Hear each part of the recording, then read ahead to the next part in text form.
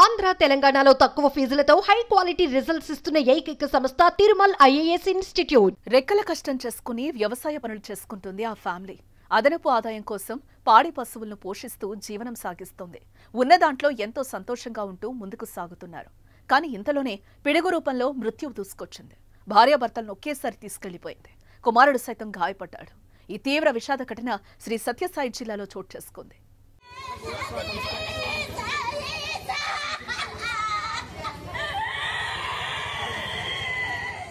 ఉదయం లేవగానే భార్యాభర్తలిద్దరూ కలిసి పాలు పితకడానికి బయలుదేరారు. అమ్మా నాన్న లేట్ అవుతారని వాళ్ళొచ్చేలోపు పాలు తీసేద్దామని కుమారుడు షెడ్డుకు చేరుకున్నాడు. ముగ్గురు అక్కడికి చేరుకున్నాక ఒకటే వర్షం, ఉరుములు, మెరుపులు. ఇంతలోనే ఓ పిడుగు వారిపై పడింది.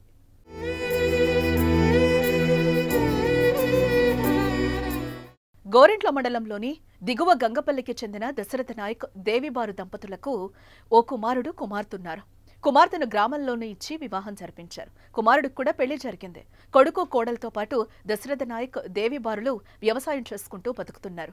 వారికి ఆవులు కూడా ఉన్నాయి. అయితే ఆదివారం తెల్లవారుజామున 5 గంటల సమయంలో పాలు పితికేందుకు వెళ్లారు. అప్పటికే వారి కుమారుడు కూడా షెడ్డు వద్దున్నాడు. ఆ సమయంలో ఉరుములు, మెరుపులతో కూడిన వర్షం కురుస్తుంది. వారున్న చోట పిడుగుపడ్డంతో భార్యాభర్తలిద్దరూ అక్కడికక్కడే చనిపోయారు. దశరథ నాయక్ కుమారుడు జగదీష్ నాయక్ తీవ్ర గాయాలయ్యాయి. అక్కడే ఉన్న 2 పాడి ఆవులు మృతి చెందాయి. జగదీష్ నాయక్ ను పుట్టపర్తి ఆసుపత్రికి తరలించారు.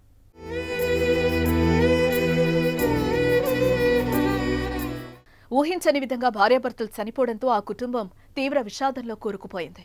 బంధువులు కన్నీరు మున్నీరుగా విలపిస్తున్నారు. అమ్మా నాన్న మృతదేహాల వద్ద వారి కుమార్తె రోధిస్తున్న తీరు కంటతడి పెట్టిస్తోంది. అయ్యో దేవుడా, ఏం పనిచేస్తావంటూ ఆమె రోదన మిన్నంటుంది.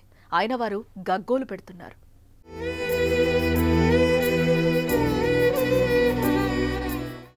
జీవితంలో మరణం ఎప్పుడు ఎలా వస్తుందో తెలీదు. ఎటు నుంచి ఏ ప్రమాదం ముంచుకొచ్చి తీసుకువెళ్లిపోతుందో చెప్పలేం. దశరథ నాయక్, దేవిబారు దంపతులను పిడుగు తీసుకెళ్లిపోవడం నిజంగా బాధాకరం. మీరేమంటారో కామెంట్ చేయండి.